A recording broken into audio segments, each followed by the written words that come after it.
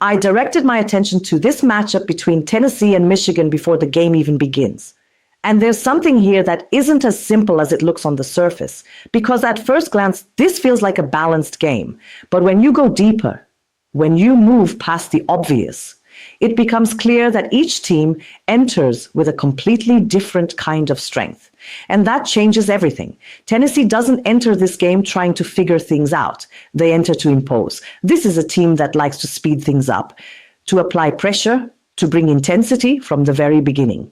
And when that kind of team finds its rhythm, it doesn't give you space. It grows quickly. It creates the feeling that it's in control. But at the same time, when I stay with this energy a little longer, not just at the start, but throughout the game, a detail begins to show up that can't be ignored. Tennessee depends heavily on that intensity. They need the game to stay in their rhythm, because when that rhythm breaks, when the game slows down, when they can't maintain that constant pressure, they begin to lose control. And it doesn't happen in an obvious way.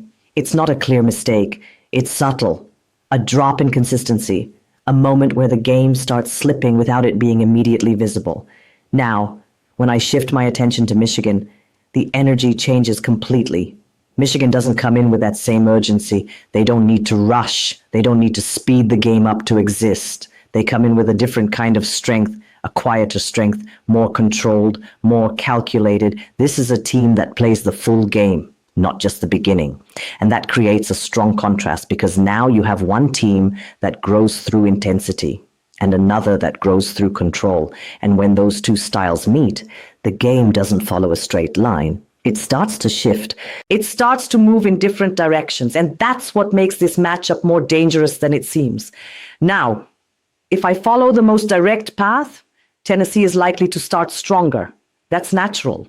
Because of their style, their intensity, the way they approach games, they tend to press early to try to take control, to create that initial dominance, but that doesn't define the entire game, because Michigan doesn't react the way most teams do. They don't panic. They don't try to respond at the same speed. They absorb, they wait, they adjust, and that matters, because while one team spends energy trying to impose itself, the other manages that energy. And as the game progresses, that begins to show.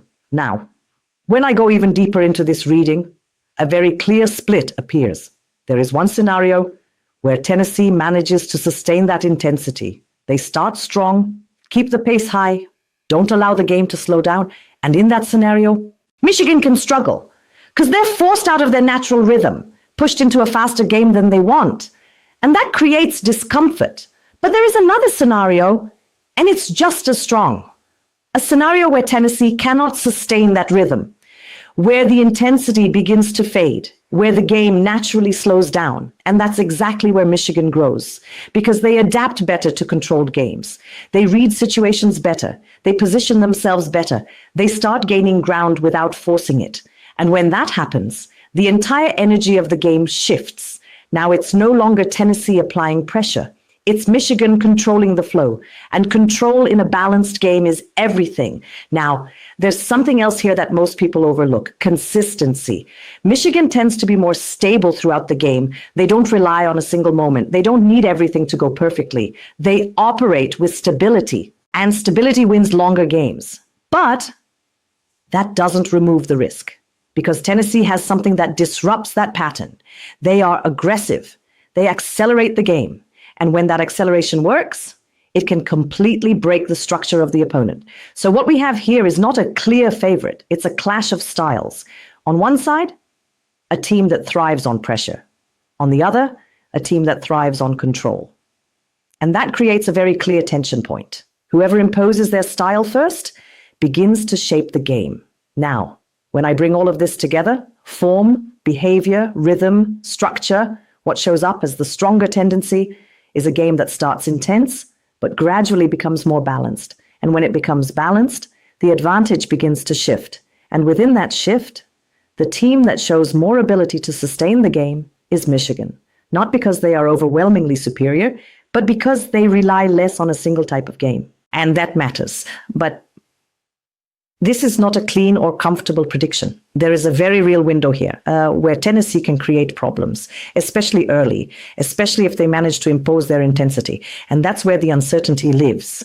Because this is not a one-direction game, it's two forces competing the entire time. One trying to accelerate, the other trying to control. And when those forces collide, the game is never fully predictable. So what I see here is not an obvious win. It's a tendency. And that tendency points toward Michigan as the team with more stability to carry the game, but with a clear warning.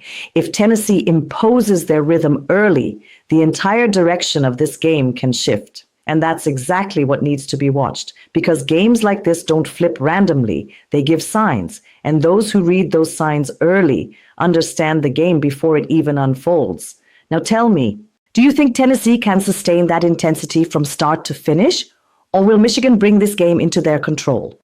Drop it in the comments, because games like this aren't decided just by who is better.